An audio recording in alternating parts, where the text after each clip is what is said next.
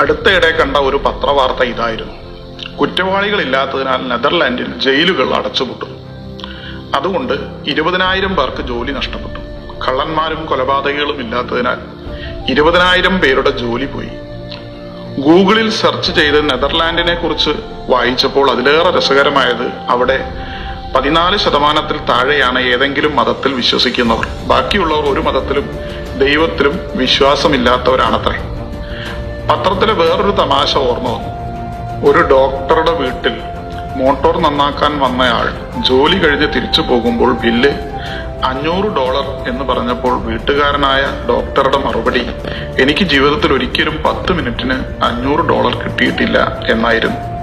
ഇതിനു മറുപടിയായി പ്ലംബർ പറഞ്ഞത്, ഞാനും ഡോക്ടറായിരുന്ന കാലത്ത് എനിക്കും 10 മിനിറ്റിന് $500 കിട്ടിയിരുന്നില്ല എന്നായിരുന്നു.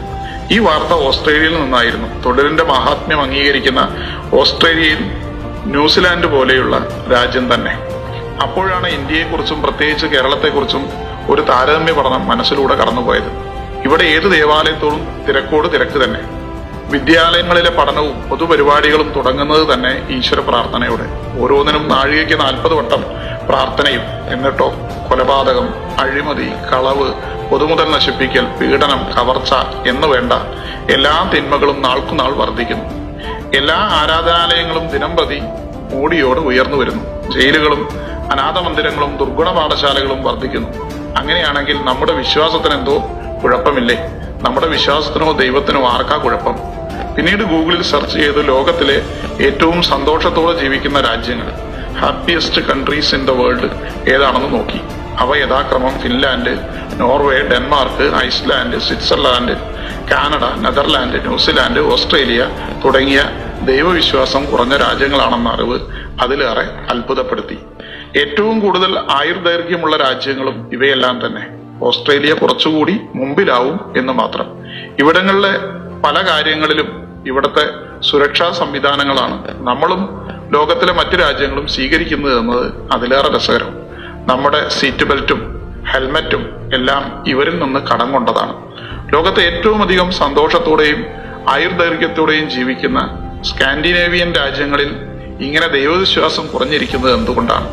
അല്ലെങ്കിൽ ദൈവങ്ങളും മതങ്ങളും ആചാരങ്ങളും അവയുടെ നട്ടിൽ നട്ടം തിരിയുന്ന ജനങ്ങളുമുള്ള ഇന്ത്യയെ പോലുള്ള രാജ്യങ്ങളിൽ സന്തോഷവും സമാധാനവും ആയുസ്സും എല്ലാം വളരെ പിന്നിലായത് എന്തുകൊണ്ടായിരിക്കും എന്നൊക്കെ ചിന്തിക്കേണ്ട കാലം അതിക്രമിച്ചിട്ടില്ലേ?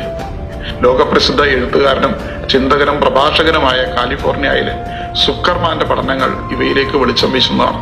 വോട്ട് ബാങ്കിന്റെ തട്ടകങ്ങളിൽ മതം എന്നത് ഒരു വിൽപ്പനച്ചരക്കാവുമ്പോൾ നമ്മുടെ ഭരണഘടന ഉയർത്തിപ്പിടിക്കുന്ന ധാർമ്മികതയാണ് മതാത്മക ധാർമ്മികതയേക്കാൾ എത്രയോ മുകളിലെന്ന സത്യം നാം തിരിച്ചറിയേണ്ടതല്ലേ?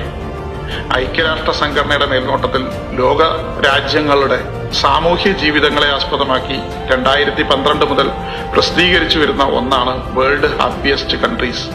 നിയമവാഴ്ച, കുറ്റകൃത്യങ്ങൾ, ധാർമ്മികത, യാത്രാ സംവിധാനങ്ങൾ, ഭക്ഷ്യസുരക്ഷ, സർക്കാരും നയങ്ങളും, വ്യാവസായികവും സാമ്പത്തികവുമായ പുരോഗതി, പൗരജനങ്ങളുടെ ക്രിയാത്മകത, ശാസ്ത്ര സാങ്കേതിക പരിജ്ഞാനം, ആശയവിനിമയം, വ്യക്തി സ്വാതന്ത്ര്യം, വൈകാരിക തലങ്ങൾ, വിദ്യാഭ്യാസം, കുടുംബ സംവിധാനങ്ങൾ മുതലായവ പരിശോധിച്ചാണ് ലോകത്തെ ഏറ്റവും കൂടുതൽ സന്തോഷകരമായ ജീവിതം നയിക്കുന്ന സമൂഹത്തെ തിരഞ്ഞെടുക്കുന്നത് എന്നതും ഇത്തരുണത്തിൽ ഓർക്കുന്നത് നന്നായിരിക്കും.